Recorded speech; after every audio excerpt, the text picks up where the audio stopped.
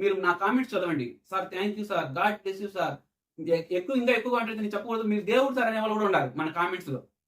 అంటే ఇంత success rate ఉన్న ట్రీట్మెంట్ ఒకరికి ఇద్దరికి మన క్యూర్ కాలేదని చెప్పేసి మనం వదులుకోకూడదు. అవునా కదా? హాయ్ ఫ్రెండ్స్, అందరికీ నమస్తే. Friends, piles, fissure, fistula, constipation ఈ సమస్యల పైన మనము చాలా వీడియోస్ చేశాం. ఎటువంటి హాస్పిటల్కి వెళ్లకుండా, ఎటువంటి ఆపరేషన్ లేకుండా, మెడిసిన్ లేకుండా, జస్ట్ ఒక గ్లాస్ మిల్క్, ఒక లెమన్ జ్యూస్ తో మనము పైల్స్ ని, ఫిషర్ ని, ఫిస్టులాని, ఇంకా కాన్స్టిపేషన్ ని ఈజీగా పర్మనెంట్ గా క్యూర్ చేసే ట్రీట్మెంట్ అయితే మనం చెప్పాం. ఈ ట్రీట్మెంట్ యూజ్ చేసుకొని వేల మంది ఈ సమస్య నుండి బయటపడ్డారు. కానీ ఇంకా కూడా ఈ ట్రీట్మెంట్ యూజ్ చేసేటప్పుడు కొంతమందిలో కొన్ని డౌట్స్ వస్తున్నాయి, కొన్ని మిస్టేక్స్ కూడా చేస్తున్నారు. మనం ఈరోజు ఆ డౌట్స్ గురించి, ఇంకా ఆ మిస్టేక్స్ గురించి డిస్కస్ చేసుకుందాం. ఈ ట్రీట్మెంట్ లో ప్రధానంగా చాలా మంది చేసే మిస్టేక్ ఏంటంటే, మన వీడియోని లైక్ చేయకపోవడం. జస్ట్ జోకింగ్, ఓకేనా? యాక్చువల్గా మీరు లైక్ అనేది ఖచ్చితంగా చేయాలన్నమాట, ఓకేనా? ఎందుకంటే ఈ సమస్యతో చాలా మంది బాధపడుతున్నారు. నేను మొన్న మామూలుగా యూట్యూబ్ చూస్తూ ఒక పైల్స్ వీడియో కనబడి దాని కింద చూసా. చాలా మంది కామెంట్ చేస్తున్నారు, సార్ ఎలా సార్ ట్రీట్మెంట్, అది సార్ ఇది సార్ అని అడుగుతున్నారు. అంటే వేరే డాక్టర్స్ కింద కామెంట్స్ అలా ఉన్నాయన్నమాట. ఎందుకు అంత అంటే మన వీడియో అనేది రీచ్ కావడం లేదు అందరికీ. అప్పుడు నాకు అనిపించింది, అంటే ఎందుకు రీచ్ కావడం లేదంటే మీరు లైక్ కొట్టకపోవడం వల్లనే. మీరు లైక్స్ కానీ కొట్టారంటే ఈ వీడియో అనేది చాలా మందికి రీచ్ అవుతుంది. ప్రతి ఒక్కరు కూడా దీన్ని యూజ్ చేసుకొని వాళ్ళ ప్రాబ్లం అనేది సాల్వ్ చేసుకుంటారు, ఓకేనా? మీరు మన ఛానల్ సబ్స్క్రైబ్ చేయకపోయినా పర్లేదు, కానీ లైక్ మాత్రం చేయండి ఈ వీడియోని. ఎందుకంటే ఇది వేల మందికి ఉపయోగపడే వీడియో. మీ పేరు చెప్పుకొని ఇంకో 10 మంది ఈ ట్రీట్మెంట్ యూజ్ చేసుకుంటారు మీరు లైక్ చేస్తే. కాబట్టి లైక్ చేయడం మర్చిపోదండి. ఇక మనం టాపిక్ లోకి వస్తే, ఈ milk and lemon juice treatment లో అందరూ చేసే పెద్ద మిస్టేక్ ఏంటంటే, వీడియోని కంప్లీట్ గా చూడడం లేదు. సగం సగం వీడియో చూసి ట్రీట్మెంట్ స్టార్ట్ చేస్తున్నారు. సగం సగం నాలెడ్జ్ తో ఏ పని చేసినా సక్సెస్ కాదు. నెక్స్ట్ మిస్టేక్ వచ్చి, ట్రీట్మెంట్ ఫాలో అవుతారు కానీ డైట్ పర్ఫెక్ట్ గా ఫాలో కావడం లేదు. నేను చాలా వీడియోస్ చెప్పాను, మీరు ట్రీట్మెంట్ ఎంత పర్ఫెక్ట్ గా ఫాలో అయినా డైట్ అనేది ఫాలో కాకపోతే నో యూస్. నెక్స్ట్ మిస్టేక్ వచ్చి, కొంతమంది మేము 20 డేస్ యూజ్ చేసాము, 30 డేస్ యూజ్ చేసాము, 2 మంత్స్ యూజ్ చేసాము, కానీ మాకు రిజల్ట్ రాలేదంటున్నారు. ఫ్రెండ్స్, మీ అందరికి నేను చెప్తున్నా, బాగా వినండి. చూడండి, మన ట్రీట్మెంట్ అనేది 7 to 10 డేస్ అంతే. మీకు ఖచ్చితంగా రిజల్ట్ అనేది రావాలా. మీకు కొద్ది కూడా రిజల్ట్ అనేది కనపడలేదంటే 10 డేస్ లో మీరు ట్రీట్మెంట్ స్టాప్ చేసేయండి. జస్ట్ ఒక ఎగ్జాంపుల్, ఎంత పెద్ద డాక్టర్ అయినా, ఎంత పెద్ద చదువుకున్నా, అతని ఆపరేషన్ కూడా ఒక్కోసారి ఫెయిల్ అవుతుంది, ఓకేనా? అలానే మనం చెప్పిన ట్రీట్మెంట్ ప్రతి ఒక్కరికి సక్సెస్ అవ్వాలని ఎక్కడ లేదు. కొంతమందిలో ఫెయిల్ అవ్వచ్చు, ఓకే?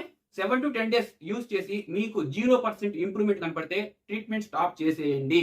వేరే ట్రీట్మెంట్స్కి వెళ్ళిపోండి. ఈ ట్రీట్మెంట్ మీకు పడదనే లెక్క, ఓకేనా? లేదు, 10 డేస్ లో మీకు 50% క్యూర్ అయింది, అప్పుడు ఏం చేయొచ్చు?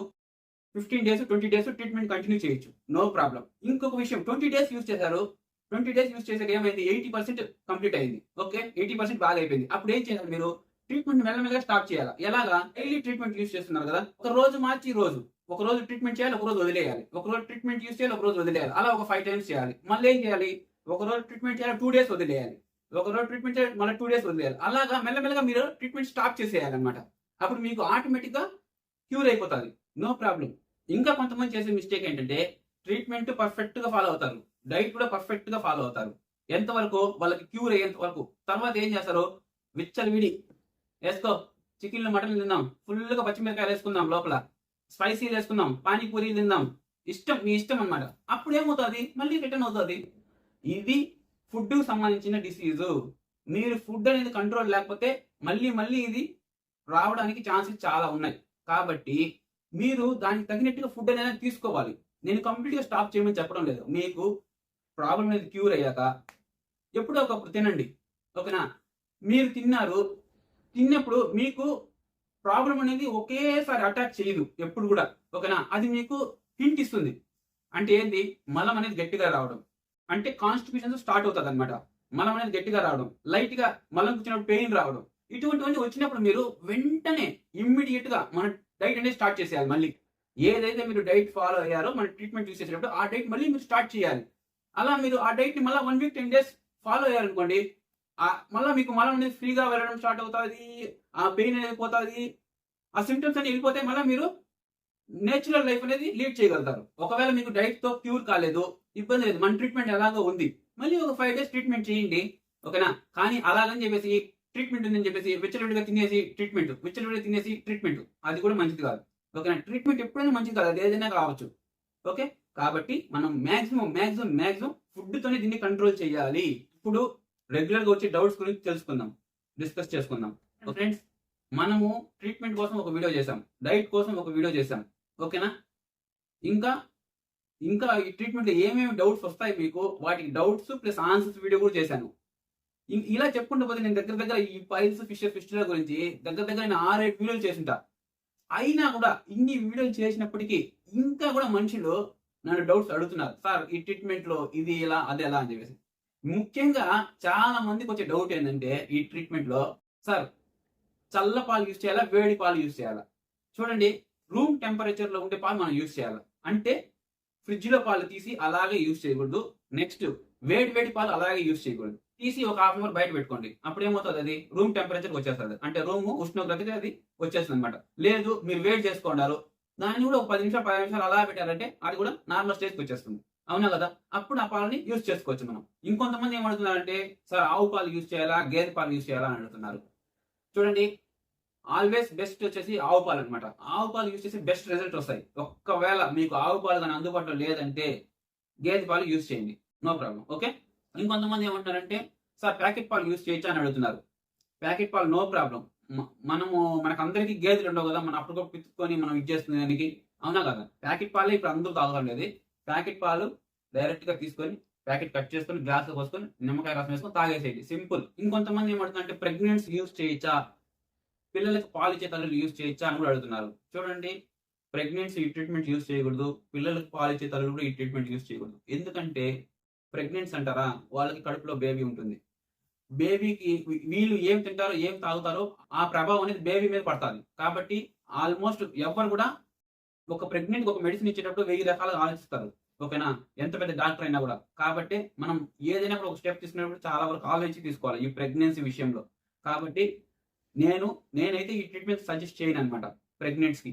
అలాగే పిల్లలకి పాలు తాపించే తల్లులు కూడా సేమ్ ప్రాసెస్. ఎందుకంటే వీళ్ళు ఏదైతే తింటారో ఏదైతే తాగుతారో దాని ద్వారా పిల్లలకి పోషకాలు అనేవి వెళ్తాయి. కాబట్టి నేను ఈ ట్రీట్మెంట్ ని వాళ్ళకు నేను సజెస్ట్ చేయను అనమాట. ఇంకొక విషయం వచ్చేసి, ఎవరైతే కొంతమంది ఉంటారనమాట, వాళ్ళు పిల్లలకి పాలు తాపించరు, మేబీ ఏదో ఒక రీజన్ తో. ఓకేనా. అటువంటి వాళ్ళు నో ప్రాబ్లం. అంటే మీ ద్వారా పాలు వెళ్ళడం లేదు కాబట్టి బేబీకి మీరు యూజ్ చేసుకోవచ్చు, నో ప్రాబ్లం. అంటే పాలు ఎవరైతే తాపిస్తారో వాళ్ళు యూజ్ చేయకూడదు. ఓకే, గుర్తుపెట్టుకోండి. ఇంకొంతమంది అడిగే డౌట్ ఏంటంటే, సార్ ఏ టైంలో తాగాలి అని చెప్పేసి. చూడండి, ఈ ట్రీట్మెంట్ మార్నింగ్ ఎంటీ స్టమక్ తో తాగాలి. మళ్ళీ ఇంకొంతమంది డౌట్, సార్ మీరు నీళ్ళు తాగమన్నారు కదా మార్నింగ్ లేచి, ట్రీట్మెంట్ ఏమో ఎంటీ స్టమక్ తో చేయమన్నారు, ఎలా సార్ అని కొంతమంది డౌట్. చూడండి, నేనేం చెప్పానంటే, మార్నింగ్ లేచి బ్రష్ చేసుకొని 4-5 గ్లాసులు వాటర్ తాగి అటు ఇటు కొంచెం వాకింగ్ చేస్తే మీ స్టమక్ అనేది క్లీన్ అవుతుంది. క్లీన్ అయినప్పుడు అంటే మోషన్ ఫ్రీగా వెళ్ళిపోతారు. ఆ తర్వాత మీ స్టమక్ అనేది ఎంటీ అయిపోతుంది కంప్లీట్ గా. అప్పుడు మన ట్రీట్మెంట్ యూజ్ చేయమని చెప్పాను నేను. ఓకేనా. దాని అర్థం అది. ట్రీట్మెంట్ యూజ్ చేసి ఒక 15 to 30 మినిట్స్ గ్యాప్ ఇచ్చి బ్రేక్ఫాస్ట్ తినండి. ఓకే. ఇంకొంతమంది ఏమడుతుంటే, మార్నింగ్ నైట్ 2 సార్లు యూజ్ చేయొచ్చు అని అడుగుతున్నారు. లేదండి, ఓన్లీ మార్నింగ్ యూజ్ చేస్తే చాలు. ఓకే ఫ్రెండ్స్, ఫైనల్ గా అయితే నేను అన్ని చెప్పేస్తానని అనుకుంటున్నాను. ఇంకా కూడా మీకు ఏదైనా డౌట్లు ఉంటే నాకు కామెంట్ చేయండి, నేను మీకు రిప్లై ఇస్తాను. నేనేం చెప్తాను అంటే, ఫైనల్ గా చూడండి, ఏదైనా సరే ఒక మెడిసిన్ అనేది కనిపెట్టినప్పుడు దాన్ని కొంతమంది పైన యూజ్ చేస్తారు. మాక్సిమం ఒక 100 పీపుల్, అంటే ఒక 100 మంది మీద యూజ్ చేశారు అనుకోండి ఒక మెడిసిన్ రెడీ చేసి. దాంట్లో ఒక 90 మందికి క్యూర్ అయినా కూడా దాన్ని మార్కెట్లోకి వదిలేస్తారు. అర్థమైందా. అంటే ఏంటి, ఆ ట్రీట్మెంట్ సక్సెస్ అయినట్టే. అంటే ఇంకో 10 మందికి క్యూర్ కాకపోయినా అంటే సైడ్ ఎఫెక్ట్స్ చూసుకుంటారు. ముఖ్యంగా సైడ్ ఎఫెక్ట్స్ ఏమైనా ఉన్నాయా అని చెప్పేసి. సైడ్ ఎఫెక్ట్స్ ఏమి లేవన్నప్పుడు ఆ ట్రీట్మెంట్ ని సక్సెస్ అని చెప్పేసి మార్కెట్ లో వదులుతారు అనమాట. అలాగే మన ట్రీట్మెంట్ కూడా. ఓకేనా. 95% అయితే సక్సెస్ రేట్ లో ఉంది. ఓకేనా. చాలా మంది మీరు నా కామెంట్స్ చదవండి, sir thank you sir, God bless you sir, ఇంకా ఎక్కువగా అంటే నేను చెప్పకూడదు, మీరు దేవుడు సార్ అనే వాళ్ళు కూడా ఉన్నారు మన కామెంట్స్ లో. అంటే ఇంత సక్సెస్ రేట్ ఉన్న ట్రీట్మెంట్ ఒకరికి ఇద్దరికి మన క్యూర్ కాలేదని చెప్పేసి మనం వదులుకోకూడదు. అవునా కదా. వాళ్ళు క్యూర్ కాలేదంటే వాళ్ళు బ్యాడ్ లక్, మనం ఏం చేయలేం. ఇంకొక విషయం, ఖర్చు విషయంలో కూడా చూసుకుంటే, ఖర్చు విషయం కూడా మీరు చూసుకుంటే, ఏ డాక్టర్ దగ్గరికి వెళ్ళినా మనం ఎక్కడికి వెళ్ళినా వేలకు వేలు ఖర్చు పెట్టాలి. అవునా కదా. ఈ ట్రీట్మెంట్ లో మీరు ఏం ఖర్చు పెట్టినారు, ఒక గ్లాస్ మిల్క్, ఒక్క నిమ్మకాయ, ఒక 10 రోజులు యూజ్ చేస్తారు. తగ్గితే తగ్గింది, లక్. తగ్గకపోతే మహా ప్రాబ్లం ఏముంది, డాక్టర్లు ఎప్పుడు ఉన్నారు, హాస్పిటల్ ఎప్పుడు ఉన్నాయి, మీరు ఎలా అనుకుంటే. అవునా కదా. మీకు డబ్బుని చాలా సేవ్ చేసే మార్గం ఇది. ఒక 10 డేస్ యూజ్ చేశారంటే తగ్గిపోయిందంటే చాలా మంచిదే కదా! అవునా కదా! మనం హాస్పిటల్‌కి వెళ్ళాలి, అక్కడ చూపించుకోవాలి. అదొక సిగ్గు అటు చెప్పుకోవాలంటే ఈ సమస్యలేమీ లేదు కదా దీంట్లో. మీ అంతట మీరే యూజ్ చేసుకుంటారు ట్రీట్‌మెంటు. ఓకే. కాబట్టి నెగెటివ్ కామెంట్స్ ఏదైనా ఉంటే దాన్ని మీరు పక్కన పెట్టేసేయండి. ఓకే. ఇంకా ఎక్కువ మాట్లాడితే నేనైతే ఒక వీడియోలో నేనే తాగి చూపించిన. ఆరోగ్యమైన వ్యక్తి తాగినా కూడా ఏం కాదని చెప్పేసి. ఓకేనా? కాబట్టి ఇంక మీరు ఇంకా కూడా డౌట్ పడితే ఇంకెవరు ఏం చేయలేరు. కాబట్టి హ్యాపీగా యూజ్ చేసుకోండి. ఓకే. యూజ్ చేసుకొని ఇంకా ఈ ప్రాబ్లమ్స్ ఎవరైనా సఫర్ అవుతుంటే వాళ్ళకి మన వీడియోని షేర్ చేయండి. వాళ్ళు కూడా యూజ్ చేసుకొని వాళ్ళు కూడా బాగా చేసుకుంటారు. Okay friends. మనం ఏదైతే థింక్ చేస్తామో అదే మన బాడీ కూడా ఫాలో అవుతది. ఓకేనా? కాబట్టి నెగెటివ్ థింకింగ్ వదిలేసేయండి. Be positive. Lead a beautiful life, healthy life. Okay friends. మన వీడియో అయితే మీకు నచ్చిందని అనుకుంటున్నాను. నేను ముందుగా రిక్వెస్ట్ చేశాను మీకు. మీరు సబ్స్క్రైబ్ చేసినా చేయకపోయినా వీడియోని మాత్రం లైక్ చేయడం మర్చిపోద్దండి. ఓకేనా? ఇది ఇంకొక 10 మందికి రీచ్ అవుతాది. మీ పేరు చెప్పుకొని ఇంకొక 10 మంది ఈ వీడియోని యూజ్ చేసుకుంటారు. మీరు ఒకరికి మంచి చేస్తే దేవుడు మీకు మంచి చేస్తాడు. అది గుర్తుపెట్టుకోండి. జై హింద్.